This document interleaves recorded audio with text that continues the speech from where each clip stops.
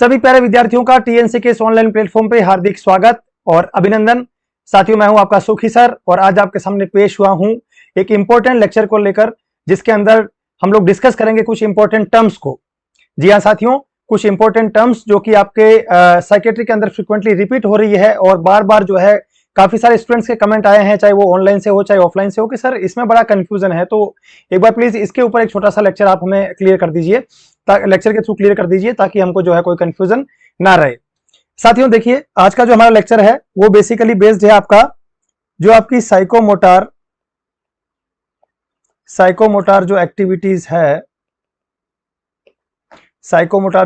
है उससे जुड़े हुए जो साइन एंड सिम्टम्स हैं, उससे जुड़ी हुई क्या है टर्म्स हैं, जिसके अंदर बहुत सारे बच्चों को कंफ्यूजन है और बहुत सारे बच्चों के कमेंट्स आ रखे हैं। सर प्लीज इसको एक बार ढंग से इलेबोरेट कर दीजिए ताकि हमको जो है किसी भी टाइप का कोई डाउट ना रहे। तो चलिए साथियों, शुरू करते हैं आज के इस लेक्चर को। तो सबसे पहले आज का जो हमारा टॉपिक है वो क्या है साथियों, ये जो हमारी साइकोमोटर एक्टिविटी है, ठीक है, जो कि और इससे जुड़े हुए जो साइन एंड सिम्टम्स हैं उससे जुड़ी हुई टर्म्स को हमें डिस्कस करना है। तो जैसा कि आप सब जानते हैं, आप लोगों ने पढ़ा है टर्मिनोलॉजी के अंदर कि साइकोमोटर एक्टिविटी से जुड़े हुए साइन एंड सिम्टम्स कौन कौन से होंगे। टोटली वहां पर 3 कैटेगरी है। पहली सिचुएशन जो कि एबनॉर्मल है, इंक्रीज पीएमए, मैं साइकोमोटर को शॉर्ट में पीएमए लिख रहा हूं, इंक्रीज पीएमए। सेकंड है डिक्रीज पीएमए, जिसके अंदर साइकोमोटर एक्टिविटी जो है मिनिमल लेवल तक घट जाती है। और तीसरी है डिसएक्टिविटी। तो आज जो हम टर्म्स जो है डिस्कस करने वाले साथी वो किसके अंदर आएगी, इस डिसएक्टिविटी के अंतर्गत आने वाली है। वैसे जब हमने जो है सिलेबस किया था उस समय हम लोग जो है जब हमने साइन एंड सिम्टम्स पढ़े थे आपके पीएमए से जुड़े हुए, उस समय हम जो है इनको फिर से डिस्कस कर चुके हैं, लेकिन ड्यूरिंग क्वेश्चंस बच्चों को कुछ परेशानी आ रही है, इसी के लिए आज के इस लेक्चर को लेकर वापस आपके सामने पेश हुआ हूं। क्लियर? तो चलिए साथियों शुरू करते हैं। सबसे जो पहली टर्म है हमारी उसको हम लोग डिस्कस किए लेते हैं। सबसे पहली हमारी टर्म है साथियों echolalia. What is the first term? Echolalia.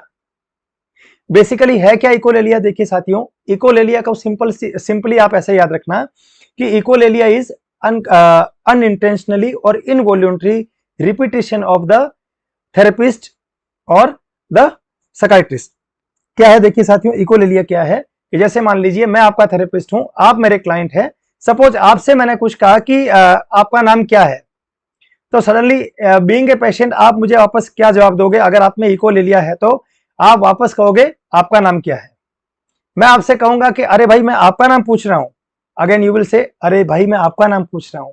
अरे महामूर्ख मैं आपका नाम ही पूछ रहा हूं, तुम्हारा नाम क्या है? अगेन यू विल रिपीट, अरे महामूर्ख मैं आपका नाम ही पूछ रहा हूं, आपका नाम क्या है? कहने का मतलब जब पेशेंट थेरेपिस्ट के वर्ड्स को अगर रिपीट करे, किसके वर्ड्स को रिपीट करे, यहां पर बहुत इंपॉर्टेंट है, अगर पेशेंट थेरेपिस्ट के वर्ड को रिपीट करे, इसको हम लोग क्या नाम देंगे साथियों? इसको हम लोग नाम देंगे इकोलेलिया। इसकी डेफिनेशन लिखना चाहो तो लिख लीजिए, इनवॉल्यूंटरी रिपीटिशन ऑफ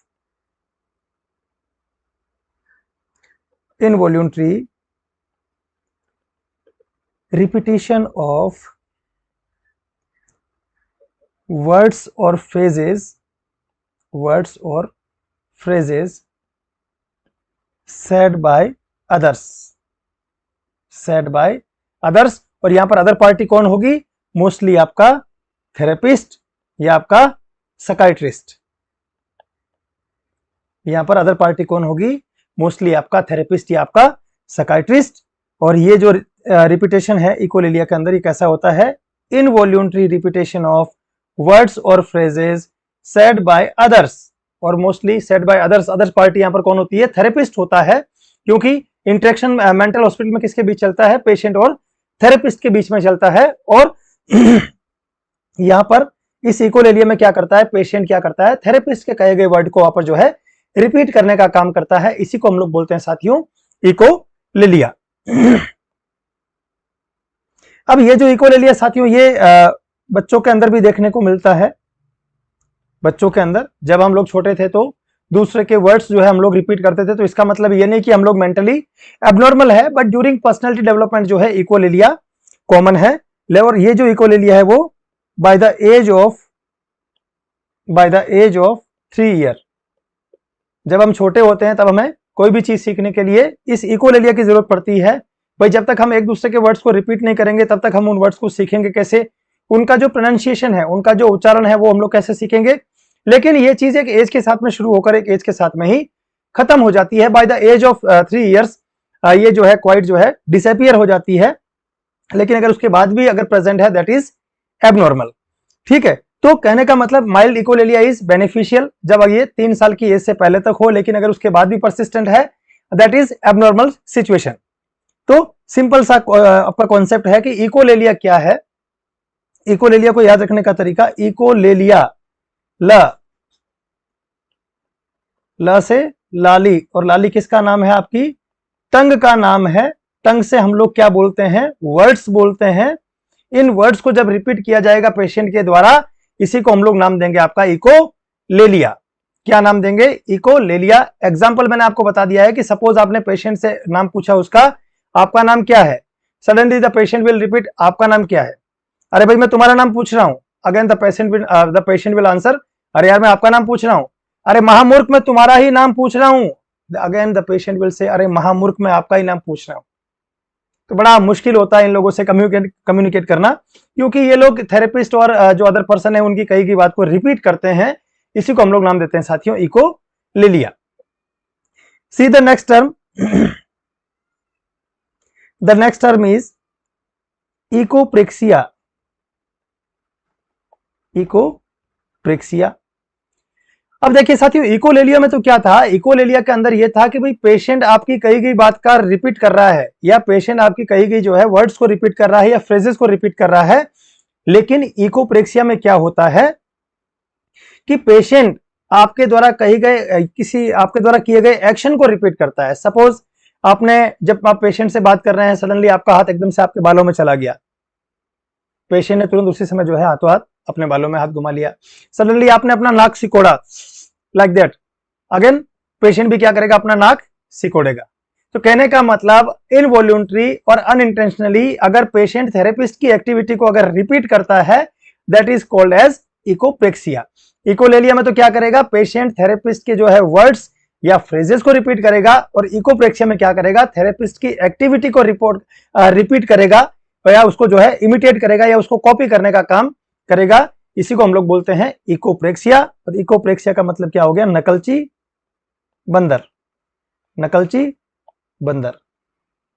बचपन के अंदर आपने देखा होगा, कहानी सुनी होगी, कैप्सलर की जो कहानी है वो सुनी होगी आपने। भाई एक टोपी बेचने वाला था, और जब वो एक बार जंगल के सुनसान रास्ते से गुजर रहा था तो उसकी अचानक से आंख लग गई।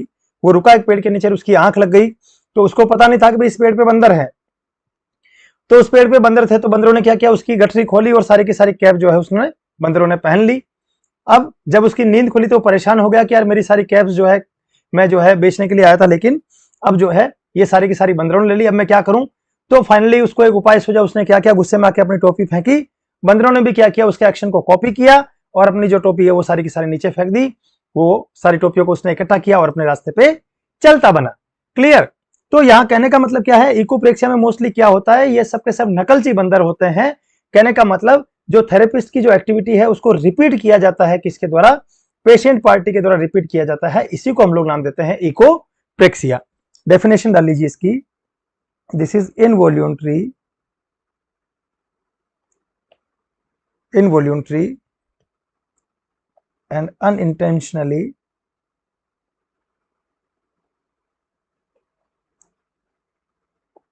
imitation or repetition of others action।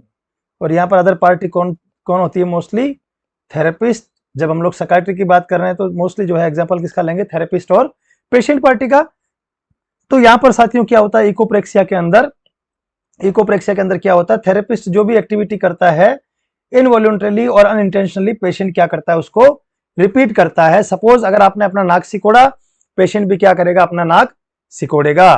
Patient भी क्या करेगा, अपना नाक सिकोड़ लेगा। इसी को हम लोग नाम देते हैं साथियों इकोप्रेक्सिया। क्या नाम देंगे साथियों इसी को हम लोग नाम देंगे इकोप्रेक्सिया। डेफिनेशन क्या हो जाएगी, this is involuntary and unintentionally imitation और repetition of others action. Mostly यहाँ पर अदर्स में कौन आएगा? थेरेपिस्ट आएगा, क्योंकि यहाँ पर इंटरेक्शन किनके बीच में चल रहा है? पेशेंट और थेरेपिस्ट के बीच में चल रहा है। इकोलेलिया में तो क्या था? इकोलेलिया का मतलब ये था कि पेशेंट जो है थेरेपिस्ट की कही गई बात को रिपीट कर रहा है, उसके वर्ड्स को रिपीट कर रहा है, उसके फ्रेजेस को रिपीट कर रहा है। लेकिन यहाँ पर इकोप्रेक्सिया के अंदर क्या है साथियों? इकोप्रेक्सिया के अंदर पेशेंट क्या कर रहा है? थेरेपिस्ट के द्वारा कही गई थेरेपिस्ट के द्वारा की गई किसी भी एक्शन या एक्टिविटी को जो है वो क्या कर रहा है? रिपीट कर रहा है। इसी को हम लोग नाम देते हैं साथियों इकोप्रेक्सिया। तो यहाँ पर दो वर्ड्स हमने डिस्कस किए हैं साथियों, इकोप्रेक्सिया और इकोलेलिया। दोनों के बीच का जो डिफरेंस है वो आपको अच्छे से समझ में आ गया। इकोलेलिया किससे जुड़ा हुआ है? बेसिकली रिपीटेशन ऑफ वर्ड से जुड़ा हुआ है, और इकोप्रेक्सिया बेसिकली किससे जुड़ा हुआ है? रिपीटेशन ऑफ एक्टिविटी से जुड़ा हुआ है। क्लियर? अब देखिए साथियों, आगे बढ़ते हैं। अगला वर्ड से साथियों पैरालेलिया, सॉरी पेलिलेलिया, पेलिलेलिया और पेलिप्रेक्सिया। पेलिप्रेक्सिया जैसे इकोलेलिया और इकोप्रेक्सिया थे, वैसे ही पेलिलेलिया और पेलिप्रेक्सिया, ये दो वर्ड है आपके सामने जिनको अब हमें जो है डिफरेंशिएट करना है या डिस्कस करना है। क्लियर साथियों? तो चलिए सबसे पहले हम लोग वर्ड्स ले लेते हैं। पेलिलेलिया, पेलिलेलिया देखिए होता क्या है कि इकोप्रेक्सिया और इकोलेलिया में क्या था कि पेशेंट जो है थेरेपिस्ट के कहे गए वर्ड्स को रिपीट कर रहा है, लेकिन ये पेलिलेलिया और पेलिप्रेक्सिया क्या है? ये उससे थोड़ा सा ओपोज है। यहां पर पेशेंट क्या करता है? अपने ही द्वारा कहे गए वर्ड्स को क्या करता है? रिपीट करने का काम करता है। Sometimes continuous repetition of once or one word, sometimes continuous repetition of once or one word। यहां पर पेशेंट खुद के ही वर्ड्स को जो है रिपीट करता है, यहां पर थेरेपिस्ट के वर्ड को रिपीट नहीं करता। यहां पर मान लीजिए पेशेंट ने कुछ नाम बोला कि मेरा नाम रमेश है, तो बस वो उसी रमेश वर्ड को जो है रिपीट करेगा। इसके साथ साथ यहां पर एक और चीज होती है साथियों कि यहां पर मान लीजिए पेशेंट ने कोई सेंटेंस बोला या मान लीजिए कुछ वर्ड्स बोला, उस वर्ड्स का जो लास्ट पार्ट है साथियों, जो फाइनल पार्ट्स है, उस फाइनल पार्ट्स को साथियों पेशेंट क्या करता है? बार बार फ्रीक्वेंटली क्या करता है? रिपीट करता है। फ्रीक्वेंटली क्या करता है? रिपीट करता है विद इंक्रीज्ड फ्रीक्वेंसी और विद इंक्रीज जो है टोन के साथ में। क्या करता है? देखिए साथियों, यहां पर आपका जो क्लाइंट है वो क्या करता है? Sometimes continuous repetition of once और वन वर्ड। यहां पर जो है क्या करता है पेशेंट आपका? अपने खुद के द्वारा कहे गए शब्दों को रिपीट करता है। यहां पर थेरेपिस्ट के शब्दों को रिपीट नहीं करता है, यहां पर अपने खुद के कहे गए शब्दों को रिपीट करता है। और जब इन शब्दों को रिपीट करता है तो जो मान लीजिए कोई भी सेंटेंस उसने बोला, उस सेंटेंस का जो लास्ट पार्ट है या जो फाइनल पार्ट है या किसी वर्ड का जो लास्ट वर्ड है किसी सेंटेंस का, उसको वो पकड़ लेगा और उसको जो है इंक्रीज्ड फ्रीक्वेंसी के साथ में लगातार क्या करेगा? रिपीट करेगा। इसी को हम लोग नाम देते हैं साथियों पेलिलेलिया। पहले इसका एक एग्जांपल देख लीजिए आप, एग्जांपल के बाद जो है इसको डिस्कस करते हैं। सपोज एग्जांपल क्या हो जाएगा इसका साथियों? सपोज आपने पेशेंट से पूछा कि आज क्या वार है, आज क्या वार है या आज कौन सा दिन है? What day is on today? The patient answered, today is Tuesday। अब इस ट्यूसडे पे इसकी गाड़ी आके अटक गई। पेशेंट जो है, आपने सिंपल सा क्या पूछा? what the day is on today?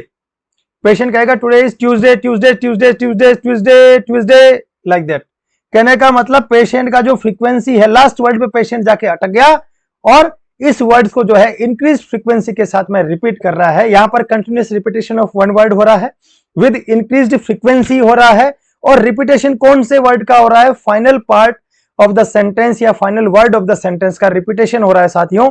इसी को हम लोग नाम देते हैं पेलिलेलिया। इसी को हम लोग क्या नाम देते हैं साथियों? पेलिलेलिया नाम देते हैं। ठीक है।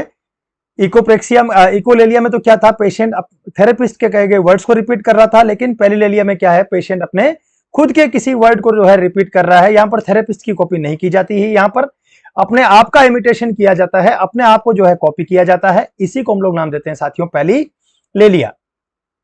क्लियर? अगली टर्म है साथियों,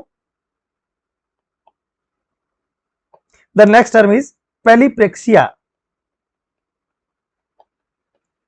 पेलीप्रेक्सिया, पहली ले लिया में क्या था साथियों कि पेशेंट अपने खुद के किसी वर्ड्स को इंक्रीज फ्रीक्वेंसी के साथ में रिपीट कर रहा है, या किसी सेंटेंस के लास्ट वर्ड या किसी लास्ट सेंटेंस को पकड़ के जो है उसको इंक्रीज फ्रीक्वेंसी के साथ में रिपीट कर रहा है। लेकिन पेलीप्रेक्सिया जो है किससे जुड़ा हुआ है? Directly that is related to action.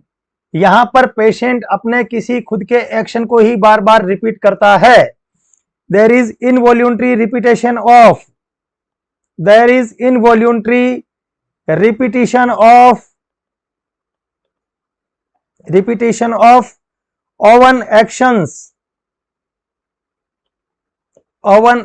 Patient अपने खुद के किसी एक्टिविटी को ही रिपीट करता है। सपोज आपने पेशेंट को बोल दिया कि भाई 1 कप चाय ले आओ या पानी ले आओ। आपने तो एक बार ऑर्डर दे दिया, लेकिन पेशेंट आपका किससे सफर कर रहा है? पेलीप्रेक्सिया से सफर कर रहा है। वो आपको इतना पानी पिलाएगा कि आपका पेट फट जाएगा। पेशेंट लगातार बार बार अपने ही किसी एक्शन को रिपीट कर रहा है। एक बार उसने आपको पानी का ग्लास लाके दिया, आपने पी लिया, आपने सोचा चलो ठीक है पानी तो पिला दिया टाइम पे, मतलब सब इसके बारे में बात कर रहे हैं कि थोड़ा मेंटली चैलेंज है, लेकिन चैलेंज नहीं है, ये तो घर आए मेहमान को पानी पिला रहा है। 2 मिनट हुए नहीं, अगेन वो गया किचन में, अगेन आपके सामने ग्लास लेके आ गया, लो भाई पानी पियो। फिर 2 मिनट हुए, आपने बोला नहीं नहीं चलो अभी पिया, रुको रख देते हैं। फिर 2 मिनट हुए, फिर वो जाके पानी का ग्लास लेके आ गया। कहने का मतलब फ्रीक्वेंटली पेशेंट क्या कर रहा है? इनवॉल्यूंटरली अपने ही किसी एक्शन को बार बार रिपीट कर रहा है। आप खुद पागल हो जाओगे, बोले यार ये हो क्या रहा है? कोई आदमी 1 बार पानी पिलाए, 2 बार पानी पिलाए, 3 बार पानी पिलाए, ये तो बिल्कुल पूरा मतलब पूरा जो है प्लांट ही मेरे लिए लेके आ गया। देखने में बड़ा ये एबनॉर्मल है। इसी को नाम देते हैं साथियों पेलीप्रेक्सिया, जहां पर क्या करता है पेशेंट अपने ही किसी एक्शन को रिपीट करता है, और ये एक्शन देखने में कैसा है? सेंसलेस है। ये कैसा है?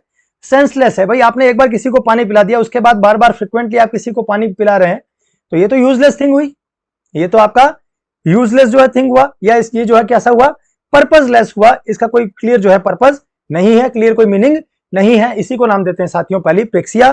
पहले ले लिया में तो क्या था साथियों कि पेशेंट अपने खुद के ही वर्ड को रिपीट करता है इंक्रीज फ्रीक्वेंसी के साथ में, ठीक है। और लेकिन पेलीप्रेक्सिया में क्या होता है साथियों? पेशेंट अपने खुद के एक्शन को रिपीट करता है। इसी को नाम देते हैं साथियों पेलीप्रेक्सिया। क्या नाम देंगे? पेलीप्रेक्सिया। तो 4 टर्म हम लोग अभी तक जो है डिस्कस कर चुके हैं, इकोलेलिया, इकोप्रेक्सिया और पेलीलेलिया और पेलीप्रेक्सिया। जहां तक है मैं उम्मीद करता हूं कि यहां तक किसी को कोई कंफ्यूजन नहीं है। चलिए साथियों आगे बढ़ते हैं, नेक्स्ट कुछ टर्म्स है उनको ले लेते हैं। अगली टर्म है साथियों कोप्रोलेलिया। कोप्रोलेलिया, कोप्रोलेलिया। देखिए साथियों बेसिकली ये क्या है? ये कंडीशन है साथियों जिसके अंदर पेशेंट के द्वारा कुछ ऑब्सेन वर्ड, मतलब कुछ गंदे वर्ड यूज किए जाते हैं किसी भी चीज को डिस्क्राइब करने के लिए। Here is the involuntary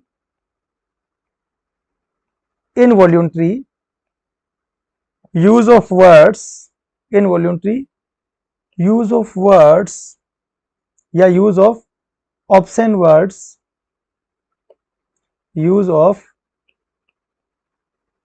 obscene words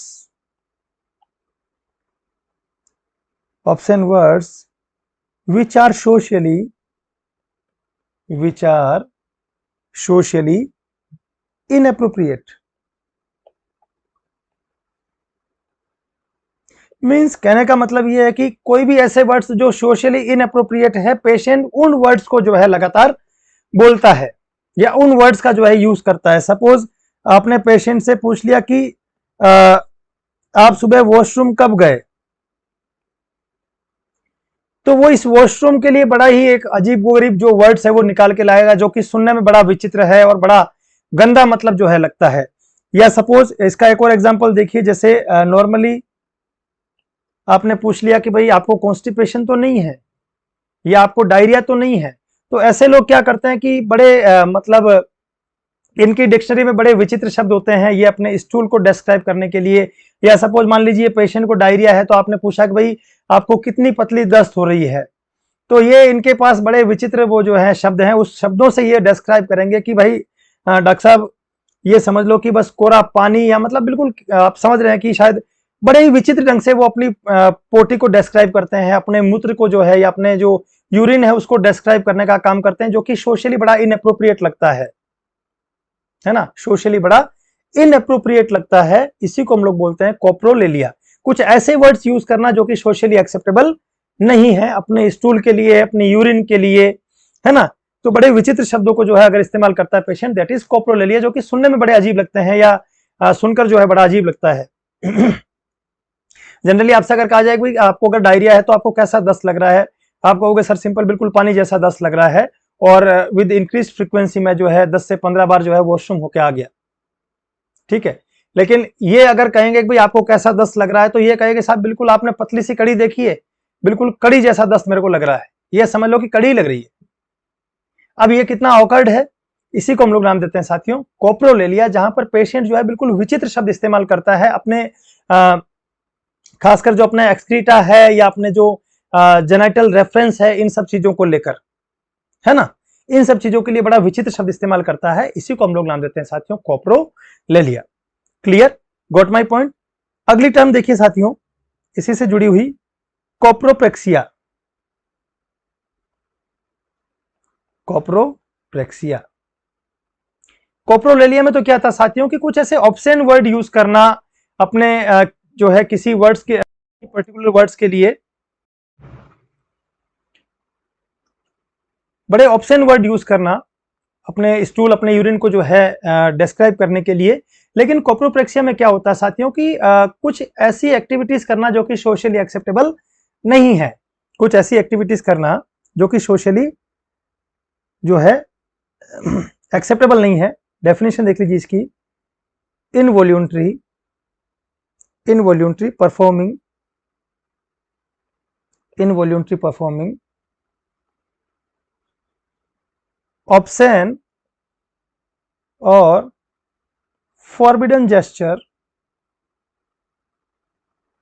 forbidden gesture और inappropriate touching, inappropriate touching means copropraxia. Praxia का सीधा सा मतलब क्या है, एक्शन से जुड़ा हुआ है। कहने का मतलब साथियों यहां पर क्लाइंट कुछ ऐसी एक्टिविटीज या कुछ ऐसी एक्शन करता है जो कि सोशली एक्सेप्टेबल नहीं है और जो देखने में कैसी है, ऑब्सेन है। सपोज पूरी फैमिली के मेंबर्स बैठे हैं और हंसी मजाक चल रहा है, इतने में मान लीजिए बुआ ने जो है किसी अपने मतलब भतीजे के साथ में या आपके बेटे के साथ में मजाक कर लिया, ठीक है। होता है जब परिवार के लोग साथ बैठते हैं तो एक दूसरे से मजाक करते हैं, सारी चीजें होती है। सडनली आपके बच्चे को गुस्सा आया और आपके बच्चे ने क्या किया, बुआ के सामने जो है इस तरीके से एक गंदा इशारा किया, उसने अपना जो है मिडिल फिंगर शो कर दिया अपनी बुआ के सामने। क्या कर दिया, मिडिल फिंगर शो कर दिया, क्योंकि उसको गुस्सा लगा, उसको वो मजाक अच्छा नहीं लगा और उसने रेस्पॉन्स में क्या किया, अपना मिडिल फिंगर शो कर दिया और वहां से जो है उठ के अपने रूम में चला गया। तो साथियों ये देखने में जो है बड़ा विचित्र एक्शन है, सोशली एक्सेप्टेबल नहीं है और एक तरीके से बड़ा जो है ऑप्शन जो है इस तरीके से इशारा है जो कि परिवार के बीच में नहीं किया जा सकता या किसी को भी इस तरीके से नहीं किया जा सकता। इसी एक्शन को हम लोग नाम देते हैं साथियों कोप्रोप्रेक्सिया। क्या नाम देंगे साथियों, कोप्रोप्रेक्सिया। एग्जाम्पल ये याद रखें, showing middle finger, showing middle finger आप और हम लोग भी यूज करते हैं मोस्टली, मैं तो नहीं करता, आपका मुझे पता नहीं। जब गुस्सा आता है तब अमूमन ऐसी चीजें हो जाती है, दैट इज कोप्रोप्रेक्सिया, जो कि सोशली एक्सेप्टेबल नहीं है लेकिन हम लोग बार बार उस एक्शन को करते हैं इस तरीके से, दैट इज कोप्रोप्रेक्सिया। कोप्रोलेलिया तो क्या हो गया साथियों, अपने स्टूल, अपनी यूरिन या अपने जेनाइटल्स जो है उनके लिए उनको जो है किसी अलग ही शब्दों के अंदर व्याख्या करना, उनको मतलब डिस्क्राइब करना किसी और विचित्र तरीके से, है ना, दैट इज कोप्रोलेलिया। और कोप्रोप्रेक्सिया क्या होता है साथियों, कुछ ऐसी एक्सेप्टेबल जो कि सोशली एक्सेप्टेबल नहीं है ऐसी जेस्चर एक्वायर कर लेना या कुछ ऐसे इनअप्रोप्रिएट जो है टचिंग कर लेना, है ना, या इनवॉल्यूंटरी जो है कुछ ऐसा ऑब्सेन सीन परफॉर्म करना, दैट इज कोप्रोप्रेक्सिया। जैसे कि आपको मैंने एग्जांपल दिया, अपने मिडिल फिंगर शो कर देना गुस्सा आने पर, ठीक है। या कई लोग आपने देखा होगा कि बड़े विचित्र होते हैं कि पब्लिकली भी वो क्या करते हैं कि किसी को जो है पीआर कर देते हैं। पीआर आप समझते हैं, पर रेक्टम, है ना, उनको मजा आता है इस तरीके की एक्टिविटीज करने में कि दो दोस्त खड़े हैं, सडनली वो गया और जाके उसने पीछे से उसके पीआर कर दिया, पर रेक्टम कर दिया, है ना, that is copropraxia, that is example of copropraxia. Socially ऐसी एक्टिविटीज करना जो कि अनएक्सेप्टेबल है और देखने में कैसी है, वो ऑब्सेन है या गंदी है बिल्कुल, इसी को नाम देते हैं साथियों कोप्रोप्रेक्सिया। क्लियर, यहां तक कोई कंफ्यूजन नहीं। चलिए साथियों आगे बढ़ते हैं। Next term is paralalia. The next term is paralalia. Echolalia पढ़ लिया, पैलिलेलिया पढ़ लिया, अगला है पैरालेलिया। क्या है पैरालेलिया? ये साथियों पैरालेलिया क्या है? एक तरीके का स्पीच डिसऑर्डर है। क्या है ये? एक तरीके का स्पीच डिसऑर्डर है जिसके अंदर क्या होता है साथियों, डिस्टोर्शन ऑफ साउंड होता है। क्या होता है? डिस्टोर्शन या सब्स्टिट्यूशन ऑफ लेटर्स होता है। या तो डिस्टोर्शन ऑफ साउंड होगा या सब्स्टिट्यूशन ऑफ क्या होगा, लेटर या वर्ड होगा। दो कंडीशन है साथियों आपके सामने। भाई पैलिलेलिया तो क्या था? पैलिलेलिया का मतलब यह था कि continuous repetition of words oven word, खुद के वर्ड्स को ही रिपीट कर रहा है पेशेंट। और पैलिप्लेक्सिया में क्या था? अपनी खुद की जो है एक्टिविटी उसको रिपीट करना। यहां पर अब हम लोग डिस्कस कर रहे हैं पैरालेलिया। पैरालेलिया का क्या मतलब होता है साथियों? पैरालेलिया का मतलब ये होता है कि ये एक तरीके का स्पीच डिसऑर्डर है जिसके अंदर डिस्टोर्शन ऑफ साउंड होता है। डिस्टोर्शन ऑफ साउंड होता है। यहां पर सब्स्टिट्यूशन ऑफ लेटर भी जो है देखने को मिलता है। ये क्या होता है साथियों? जैसे मान लीजिए, एग्जांपल से समझ लीजिए, जैसे मान लीजिए कोई वर्ड्स हैं येलो। क्या वर्ड्स हैं? येलो। अब मान लीजिए पेशेंट जब भी इस वर्ड को बोलेगा इसकी जगह क्या बोलेगा? पेलो। मींस ही और she doesn't pronunciate the exact word, है ना, वो इसको वर्ड्स को या तो सब्स्टिट्यूट कर देंगे या इसका जो रिदम, इसका जो साउंड है वो क्या कर देंगे, बदल देंगे। येलो को क्या बोलेंगे? पेलो। एक और वर्ड है रैबिट। रैबिट को ये लोग क्या बोलेंगे? वैबिट।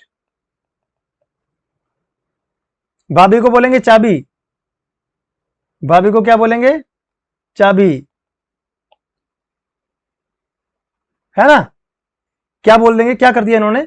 वर्ड्स जो है या तो उसको सब्स्टिट्यूट कर दिया, उस वर्ड को खा गए, उस वर्ड को छोटा कर दिया, या फिर क्या करेंगे ये लोग, उस वर्ड को डिस्टोर्ट कर देंगे, उसके साउंड को डिस्टोर्ट कर देंगे।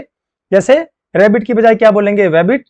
येलो की जगह पेलो और भाभी की जगह चाबी। क्लियर। तो यहां पर जो है डिस्टोर्शन हो रहा है या वर्ड्स का क्या हो रहा है? सब्स्टिट्यूशन हो रहा है साथियों। इसी को हम लोग नाम देते हैं पैरालेलिया।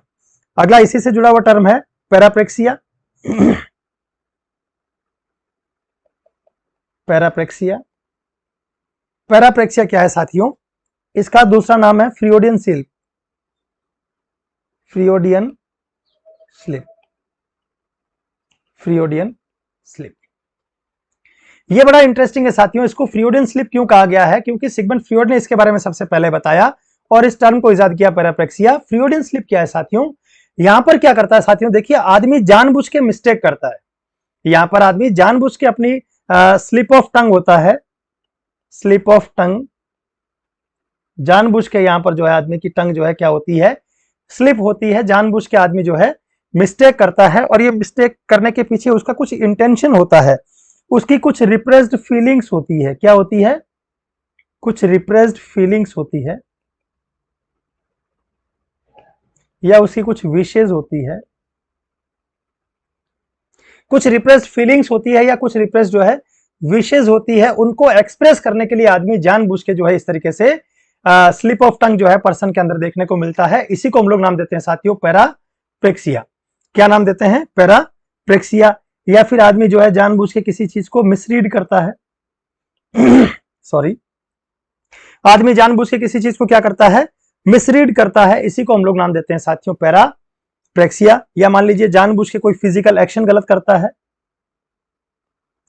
जानबूझ के कोई फिजिकल एक्शन गलत करता है, इसी को हम लोग नाम देते हैं पैराप्रेक्सिया। दूसरा नाम क्या है इसका? फ्रियोडियन स्लिप है। फ्रियोडियन स्लिप या स्लिप ऑफ टंग है। ये स्लिप ऑफ टंग क्यों है? यहां पर आदमी जानबूझ के किसी पर्टिकुलर एक्टिविटी को गलत तरीके से करता है, जानबूझ के किसी पैराग्राफ को या किसी बुक को जानबूझ के गलत पढ़ता है, और जानबूझ के किसी का जो वर्ड्स है उसको जानबूझ के जो है गलत तरीके से बोलता है। इसके पीछे इंटेंशन क्या होता है साथियों? इसके पीछे इंटेंशन होता है कि वो जो ये जानबूझ के गलती कर रहा है उसके पीछे कुछ उसकी रिप्रेस्ड फीलिंग्स होती है, कुछ विशेष होती है जिनको वो एक्सप्रेस करना चाहता है इस तरीके से गलत बोल के।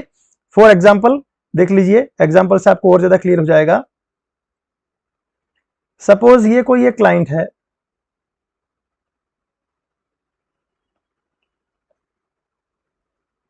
जो कि जख्मी दिल है। कैसा दिल है? जख्मी दिल है। शादी इसकी हो नहीं पाई, दिल इसका पहले ही जो है क्या हो गया, छिन्न भिन्न हो गया। क्या हो गया? दिल इसका पहले ही छिन्न भिन्न हो गया। अब कुछ दिनों बाद, कुछ सालों बाद इसकी शादी हो गई और इसकी जो महिला मित्र थी उसका नाम क्या था? शन्नो। क्या नाम था? शन्नो। और अब जो है इसकी जो वाइफ आई है बनके, उसका नाम क्या है? अनीता, जिसको ये प्यार से क्या बुलाता है? अन्नू। क्या बुलाता है? अन्नू। अब इसके दिल में तो कौन है? शन्नो है, लेकिन शादी किससे करी इसने? अन्नू से करी।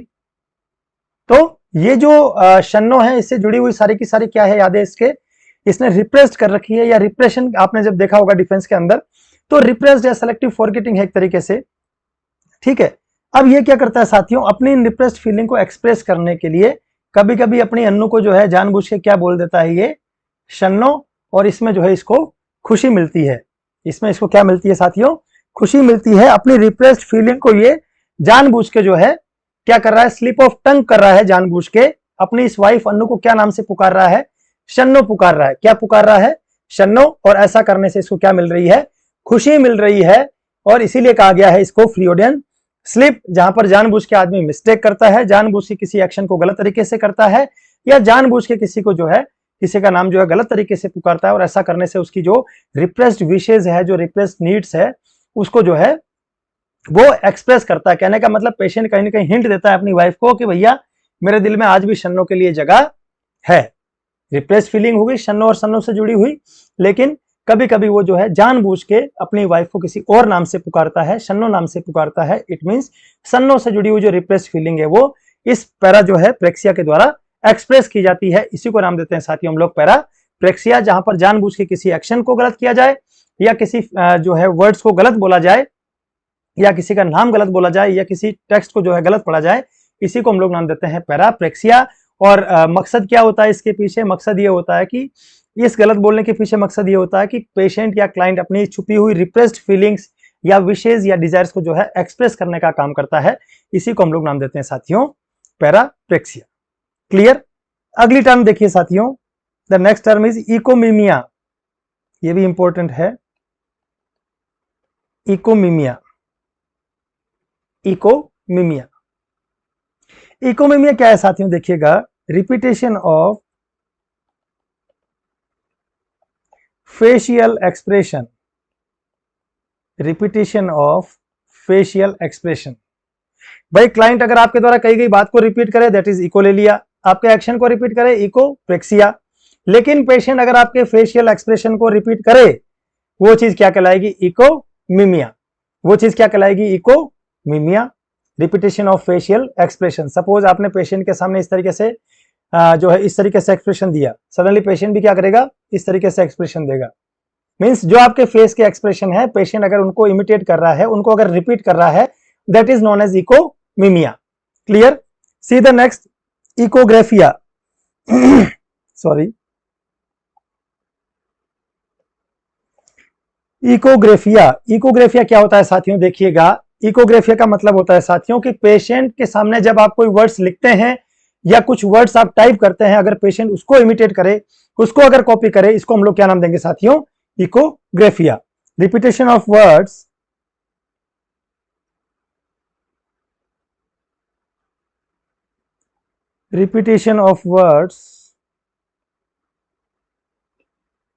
that are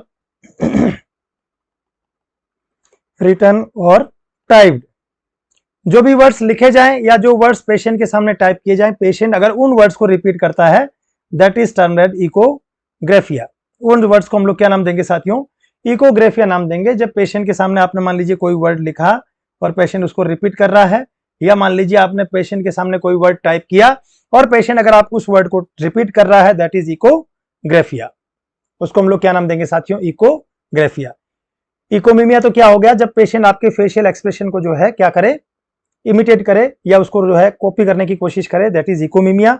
और इकोग्राफिया क्या है? जब आप कोई वर्ड पेशेंट के सामने लिखते हैं या कोई वर्ड आप पेशेंट के सामने टाइप करते हैं, उस वर्ड को अगर पेशेंट कॉपी करता है, that is इकोग्राफिया।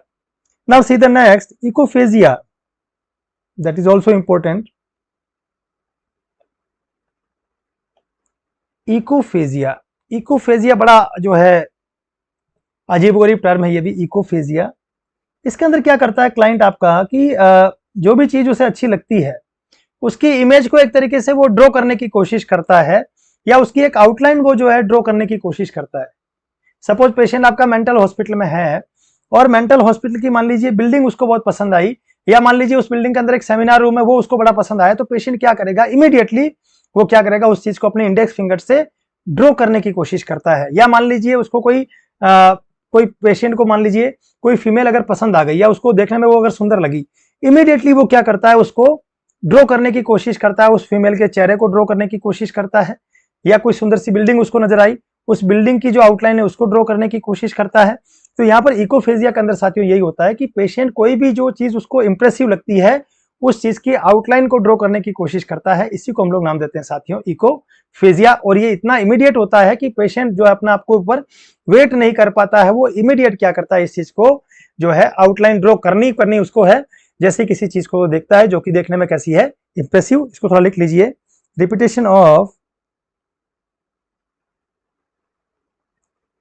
Repetition of physical mental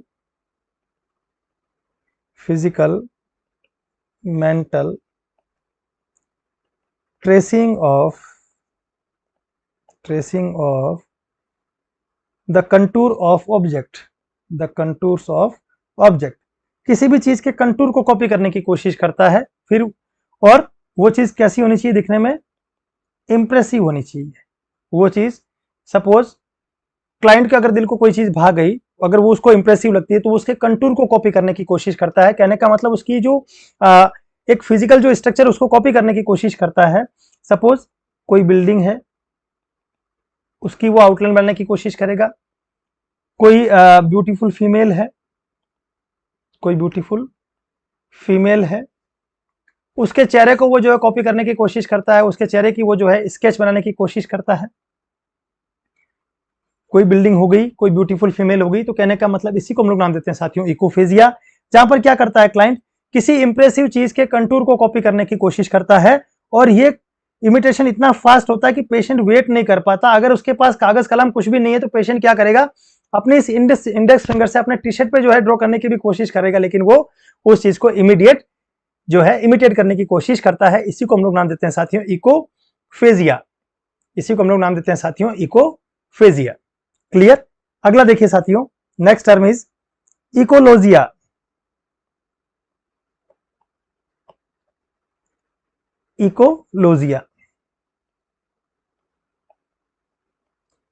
इकोलोजिया क्या होता है साथियों? यहां पर इसको देखिएगा, इसको समझने वाले कि मान लीजिए पेशेंट ने कोई वर्ड सोचा है ना, पेशेंट ने मान लीजिए कोई वर्ड सोचा और सोचते ही उस वर्ड को रिपीट करना शुरू कर दिया। रिपीटेशन ऑफ वर्ड्स और साउंड इन थॉट। जैसे ही पेशेंट के थॉट में कोई वर्ड आया, पेशेंट ने उस वर्ड को रिपीट करना शुरू कर दिया। जैसे ही पेशेंट के दिमाग में कोई चीज आई, उसने उसको रिपीट करना शुरू कर दिया, दैट इज इकोलोजिया। पेशेंट के दिमाग में जैसे ही कोई थॉट आया, उसने उस वर्ड को जो है, सपोज पेशेंट के दिमाग में थॉट आ गया चाचा, अब वो इसी वर्ड को रिपीट कर रहा है। कुछ देर बाद वर्ड आ गया बुआ, अब वो बुआ वर्ड को रिपीट कर रहा है। कुछ देर बाद वर्ड उसके दिमाग में आ गया भौजी, अब वो भौजी वर्ड को रिपीट कर रहा है। तो कहने का मतलब पेशेंट के दिमाग में जो भी आया, पेशेंट ने जो है वो चीज कर ली। जकीरा के मन को भाया, कुत्ता काट के खाया, वैसा वाला सिस्टम है कि जो पेशेंट के दिल में आया, पेशेंट उस वर्ड को रिपीट कर लेता है, दैट इज इकोलोजिया। नेक्स्ट है साथियों लोगोक्लोनिया। ये बहुत इंपॉर्टेंट है, इसके ऊपर कई बार क्वेश्चन आ चुका है। पहले इसकी डेफिनेशन देखी जाती हो। Last syllable of the last word last syllable of the last word is repeated, last syllable of the last word is repeated. जैसे मान लीजिए last syllable of the last word क्या था, जैसे हम लोगों ने डिस्कस किया था कि पहली ले लिया, पहली ले लिया में तो क्या था, जो लास्ट वर्ड था उसको वो कॉपी कर रहा था, क्या कर रहा था, जैसे मान लीजिए पेशेंट बोल रहा है आज बार क्या है, आपने पूछा, पेशेंट बोलेगा ट्यूसडे, तो ट्यूसडे ट्यूसडे ट्यूसडे इस तरीके से करके जो है इंक्रीज फ्रीक्वेंसी के साथ में वो जो है लास्ट वर्ड को रिपीट कर रहा था। लेकिन यहां पर क्या है साथियों, लोगो कॉलोनिया के अंदर last syllable of the last word, suppose patient से आपने पूछा कि आज वार क्या है, पेशेंट ने जवाब दिया ट्यूसडे, अब पेशेंट क्या करेगा, ट्यूसडे ए ए ए ए ए ए इस तरीके से, तो ये last syllable of the last word हो गया, जिसको पेशेंट क्या कर रहा है, फ्रीक्वेंटली रिपीट कर रहा है। ट्यूसडे, इस ए को इसने पकड़ लिया और फ्रीक्वेंटली जो है किसको रिपीट कर रहा है, इसी last syllable of the last word को जो है पेशेंट रिपीट कर रहा है साथियों, इसी को हम लोग नाम देते हैं लोगो क्लोनिया। पहली ले लिया में तो क्या था कि लास्ट वर्ड जो है वो पेशेंट कॉपी कर रहा है, या लास्ट सेंटेंस का जो लास्ट वर्ड है वो कॉपी कर रहा है विद इंक्रीज्ड फ्रीक्वेंसी। लेकिन यहां पर क्या है साथियों, last syllable of the last word, last syllable of the last word वो जो है कॉपी कर रहा है। जैसे कि एग्जांपल है ट्यूसडे, तो पेशेंट आपको बोलेगा Tuesday A A A A A A like that, है ना, इसी को हम लोग नाम देते हैं साथियों लोगो क्लोनिया। क्लियर? तो ये बहुत सारी टर्म्स हमने आज डिस्कस की है। उम्मीद करता हूं कि आगे आपको इस तरीके का ये जो लेक्चर देखने के बाद में किसी भी टाइप का कोई कंफ्यूजन नहीं रहेगा। बहुत अच्छे से मैंने आपको समझाने की कोशिश करी है और उम्मीद है कि आगे से आपको किसी भी टाइप का कोई कंफ्यूजन नहीं रहेगा। तो चलिए साथियों, आज के लेक्चर में इतना ही। आप सभी स्वस्थ रहें और मस्त रहें। अगले लेक्चर में आपसे फिर मुलाकात होगी। एक बहुत ही अच्छी टर्म्स और बहुत अच्छे जो है कंफ्यूजिंग कुछ वर्ड्स हैं, उनको लेकर हम आपके सामने पेश होंगे। तब तक के लिए आप सभी स्वस्थ रहें, मस्त रहें। धन्यवाद। जय हिंद, जय भारत, वंदे मातरम।